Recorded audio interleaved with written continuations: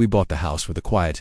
After 22 years in the army and far too many moves, I wanted stillness, a porch, a mountain view, no more sirens, no more sandstorms, just Lena and me. She wasn't done yet, my wife, Major Lena Carter, still had 5 years left in the Air Force, but Cedar Hills was close enough to her base, and we thought it'd be perfect for her off-duty days. Turns out, peace doesn't come easy, especially not when it stands in the way of control. It started on a bright November morning, Veterans Day. The sky was cloudless, air crisp enough to smell the pine trees in the breeze. Lena stood on our front porch, her Air Force blues sharp as glass. I leaned against the rail with a coffee mug in hand, watching her adjust her cap. "You know," I said, "you wear that better now than you did as a lieutenant." She grinned. "That's called experience and a better tailor." Her rideshare was minutes away. She had been invited to a wreath-laying ceremony downtown. Local press, veterans' families, the mayor. It was supposed to be a proud, quiet morning, but Cedar Hills had other plans. Rather, Karen did. She came striding up the driveway like she owned the concrete, chin high, clipboard clutched like a scepter. Mid-40s lip gloss so glossy it reflected the sun. Yoga pants with the word relax plastered across the thigh, ironic in hindsight. "Excuse me," she called out, squinting at Lena like she was spotting an intruder. "Can I help you?" Lena turned slowly, polite but guarded. "No, thank you. Just waiting for a ride." Karen stopped at the base of the steps, eyeing Lena's ribbons and insignia like they were radioactive. "You can't wear that here." Lena blinked. "Wear what?" "That tuniform. We have a dress code in Cedar Hills. We discourage clothing that could be considered political or aggressive. You're intimidating people." I set my mug down, pulse ticking up. "She's in uniform for a Veterans Day event." Karen gave a short, humorless laugh. "That doesn't change the HOA's guidelines. Military symbolism violates our neutrality policy." Lena stepped down one stair.com/direct. "My uniform isn't a symbol. It's my job. I've served this country for 18 years. Karen narrowed her eyes. "And I've served this community for 10. We all have roles to play." At that moment, Lena's phone buzzed. Her ride had arrived, just down the street. She moved to leave, but Karen stepped in front of her path, blocking the walkway. "If you take one more step in that uniform," Karen hissed, "I'll have you removed from the property." That's when I snapped. "Ma'am, this is our property. You're trespassing." Karen didn't flinch. She dialed 911 right there, loud enough for us to hear. Double quotes. "Yes, I'd like to report a disturbance. Someone impersonating military personnel, in full costume, at 147 Pine Bluff." Lena stared at her, stunned. "She thinks I'm faking it." "I think," I said. "We're about to find out just how wrong she is." 5 minutes later, a patrol car rolled up, lights flashing, tires crunching over fallen leaves. A young officer stepped out, hand instinctively resting on his belt. Karen rushed to greet him, throwing her arms up theatrically. "There she is. That's the one harassing residents, making threats, wearing a fake uniform." The officer looked past her, his eyes met Lena's, and then he saluted. "Major Carter," he said, with a note of respect. "Ma'am, I wasn't expecting to see you here." Karen froze. Her arms dropped. Lena returned the salute and gave the faintest smile. "Just moved in." The officer turned back to Karen, his expression shifting from deference to discomfort. "She's active duty Air Force. This isn't a costume." Karen's face went pale. "But the HOA, there are rules." He raised a hand. "There's also federal law. You can't harass a service member for wearing a uniform, especially not on their own property." For a moment, the only sound was the wind through the trees. Karen took a shaky step back, her voice quieter now. "I didn't know," Lena said calmly, stepping past her. "You didn't bother to ask." As the rideshare pulled up, I watched my wife slide into the back seat with the calm grace of someone who stared down worse. The officer gave her one final nod and turned back to Karen, who stood red-faced and speechless. I leaned over the porch rail. "Welcome to Cedar Hills," I said, just loud enough, and as the patrol car drove off with Karen standing frozen on the curb, I knew in that instant this wasn't over, it had just begun. The next day it started. At first it was subtle, a yellow slip wedged into our mailbox. HOA violation notice number 001, unauthorized flagpole installation. Apparently, our front porch flagpole mounted by the previous owner and visible in Google Street View from 4 years ago was now against visual harmony guidelines. Lena held the paper in one hand, coffee mug in the other. "She's serious. She's petty," I replied. "There's a difference. One's annoying, the other's dangerous." That petty streak turned into a campaign. Within the week, we'd received 3 more notices. One for parking too close to the curb even though we were square in the driveway. One for unapproved exterior modifications, citing our solar panels that had been HOA approved 6 months prior. And one that truly made Lena laugh out loud.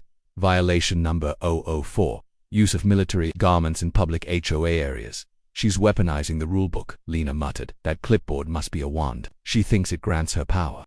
Still, Lena didn't fire back. She was methodical, strategic. She'd been deployed in conflict zones. She understood escalation better than anyone, but it was only a matter of time before Karen took it too far, and she did. The following Sunday, Lena hosted a small brunch on our back patio just for friends from base, all in civilian clothes, sipping coffee and catching up. The laughter was light, the music soft, but by sunset, we had another letter, this time hand-delivered, signed in thick red ink. Greater than cease and desist, community disturbance, unauthorized gatherings observed. Last warning before fines, Karen Miles. HOA President Lena exhaled slowly and placed the letter on the table like it was radioactive. I've been in countries where women can't speak above a whisper, she said, jaw tight. I've never had someone try to silence me here. The next morning, a motion appeared in the HOA's monthly newsletter, drafted and sponsored by Karen herself. Proposal 17B, prohibition of all military symbols, flags and uniforms in public view on residential property. It was absurd, illegal, even.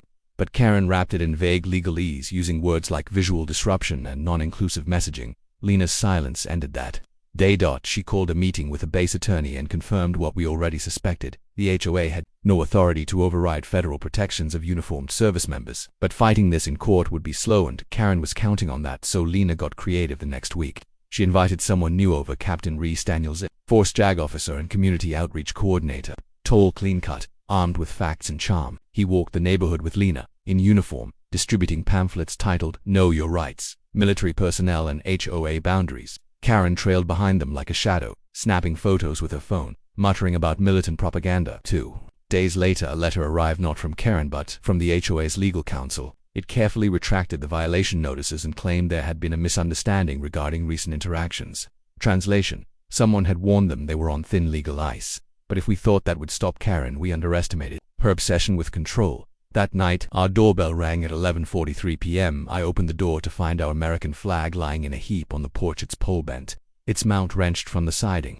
A sticky note was taped to it, in familiar handwriting. Greater than one nation, under my rules. Lena stepped beside me, her face unreadable. She bent down, picked up the flag, brushed off the dirt, and carried it inside like it was a wounded comrade. That was the moment everything shifted. She thinks this is still about a uniform, Lena said quietly, but it's not. She looked up at me, eyes blazing. It's about reminding people who's really free here.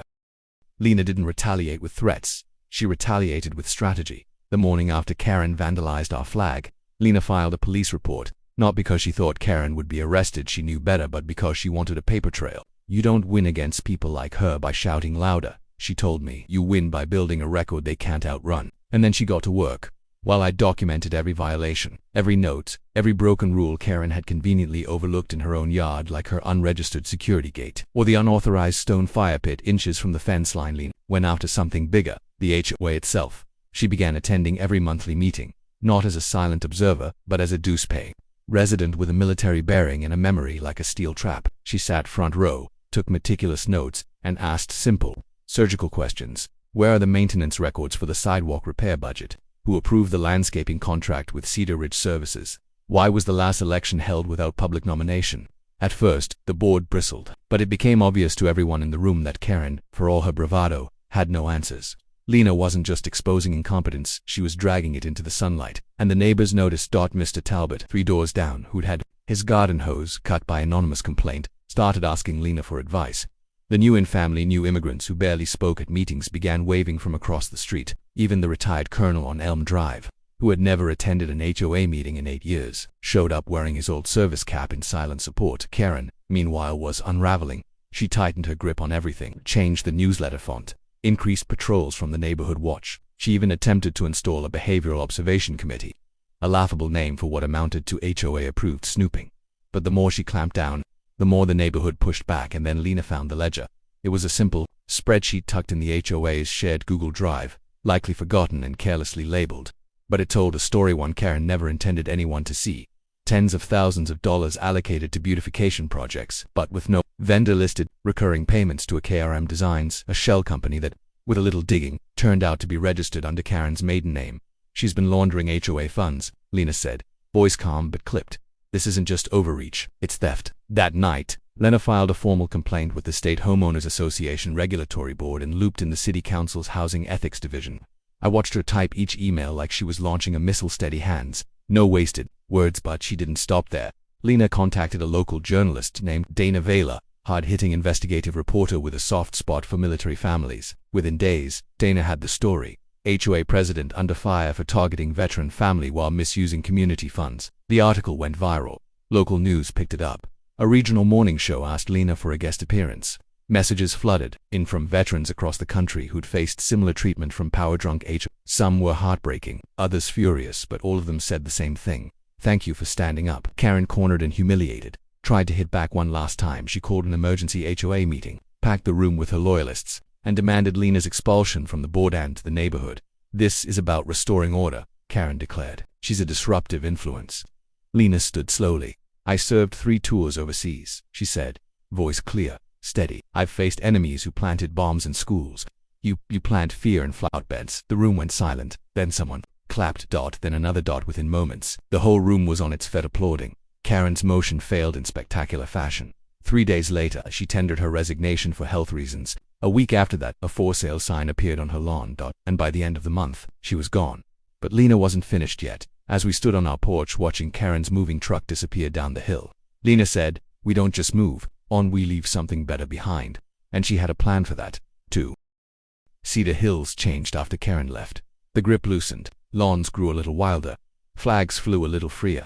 The HOA board, once a silent rubber stamp for Karen's orders, suddenly found its voice. With her departure, fear gave way to something far stronger: community. And Lena, she didn't fade into the background. She stepped forward.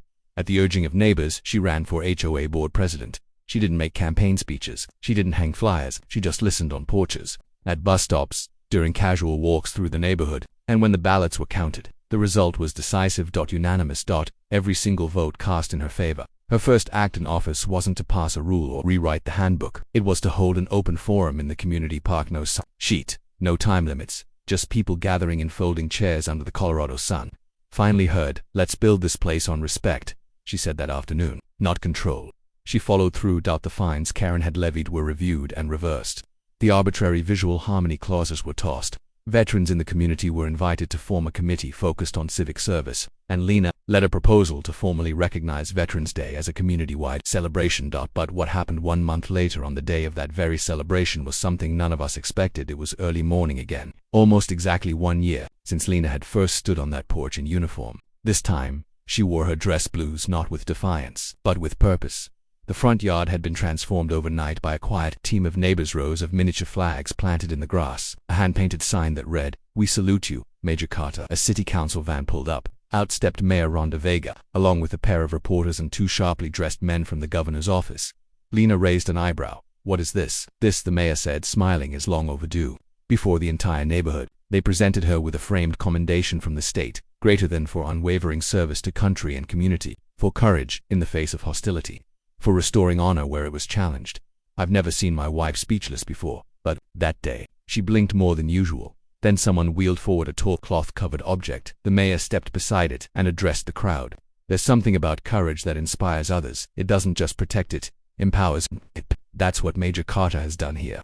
She pulled the cloth away. It was a bronze plaque mounted on a stone base, now permanently installed at the entrance of Cedar Hills. "Greater than," dedicated to Major Lena Carter, veteran neighbor leader. A reminder that freedom doesn't end at the edge of a uniform or a property line. There were tears in people's eyes. Some clapped. Some just stood there, nodding silently. And Lena, she turned to me and whispered, "I didn't fight for plaques." "I know," I said, "but sometimes the people need one to remember who they stood behind."